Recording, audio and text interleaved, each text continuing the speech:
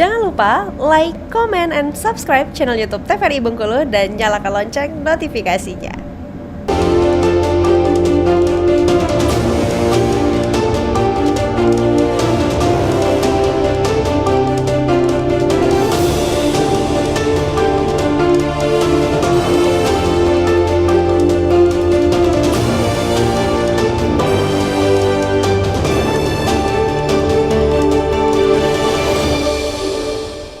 Terima kasih pemirsa TVRI Bengkulu, Anda kembali menyaksikan Berendam masih bersama saya Friko Zuhri. Tentunya dalam tema kali ini menunggu hasil gugatan Pilkada tahun 2024.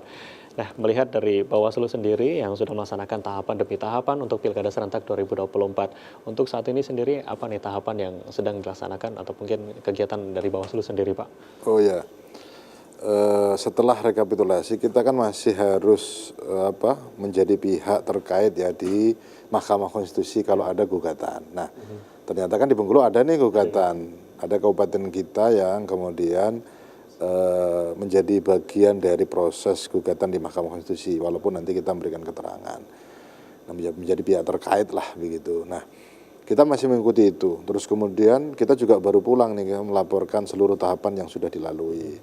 Belum lagi ditambah dengan rakor-rakor yang terus evaluasi, rakornas, dan lain-lain. Yang paling dekat kita penganugerahan kehumasan Bawaslu tanggal 13 sampai 15. Kemudian di tanggal 15 sampai 16 itu juga ada kegiatan di Bandung. Banyak sekali.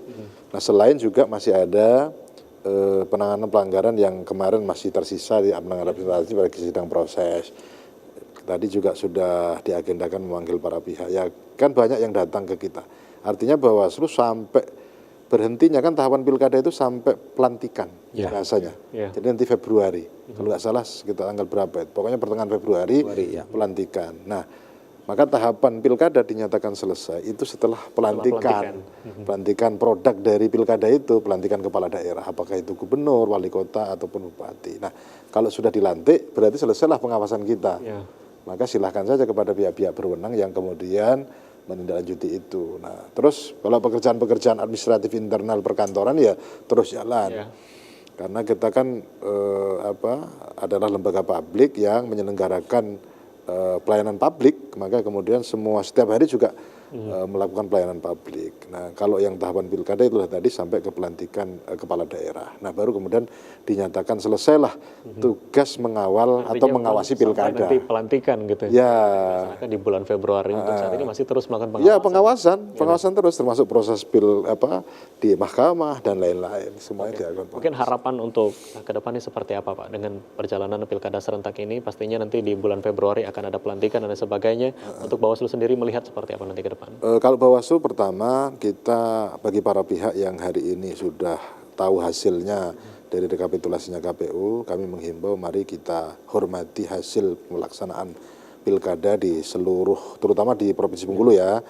Kita saling menghormati, jaga kerukunan, kemudian jaga persatuan dan lain-lain.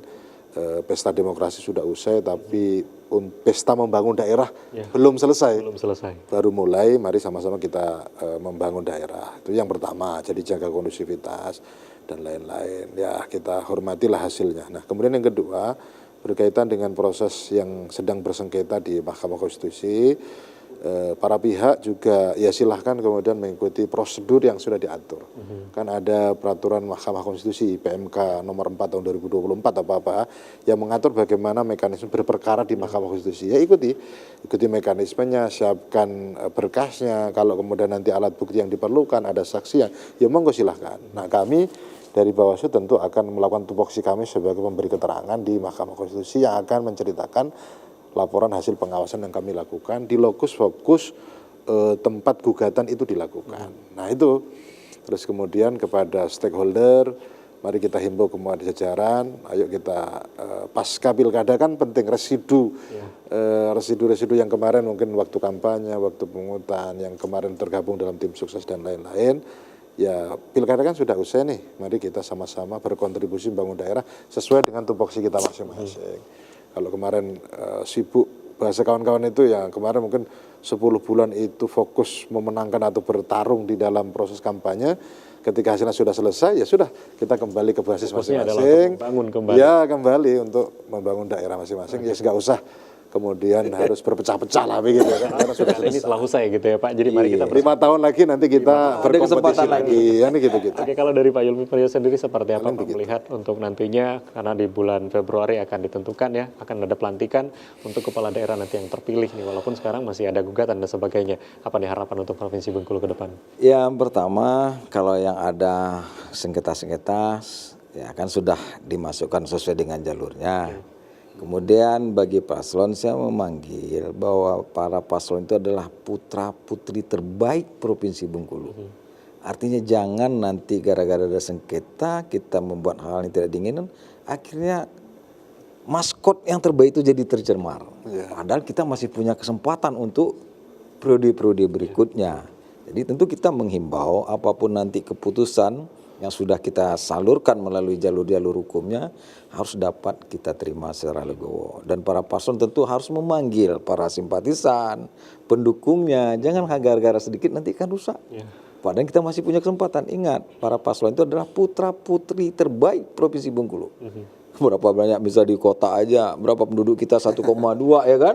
Yang dipilih 2 cuma sepasang gitu. Jangan sampai kita cemarin itu. Jadi saya minta juga nanti pada semua simpatisan pendukung masyarakat Bengkulu bahwa putra terbaik kita ini harus kita terjaga. Ini adalah aset. Ya, aset SDM yang ada di Provinsi Bengkulu dan harus kita jaga, dan begitu juga pembangunan di Provinsi Bengkulu harus terus berkelanjutan. Ya, itu aja. Baik, lupakan semua yang sudah terjadi, kita Iya. bangun Bengkulu untuk 5 tahun ke depan gitu ya Pak. Betul. Oke. Baik, terima kasih banyak Pak Famsyah sudah menyempatkan waktunya. Terima kasih banyak Bapak Sama-sama, sudah menyempatkan waktu Riko. untuk hadir di Studio TVRI Bengkulu.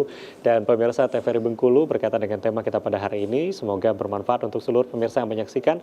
Akhir kata saya Afriko Zuhri, mewakili seluruh kerabat kerja yang bertugas, pamit undur diri. Terima kasih atas perhatian Anda. Wassalamualaikum warahmatullahi wabarakatuh. Waalaikumsalam.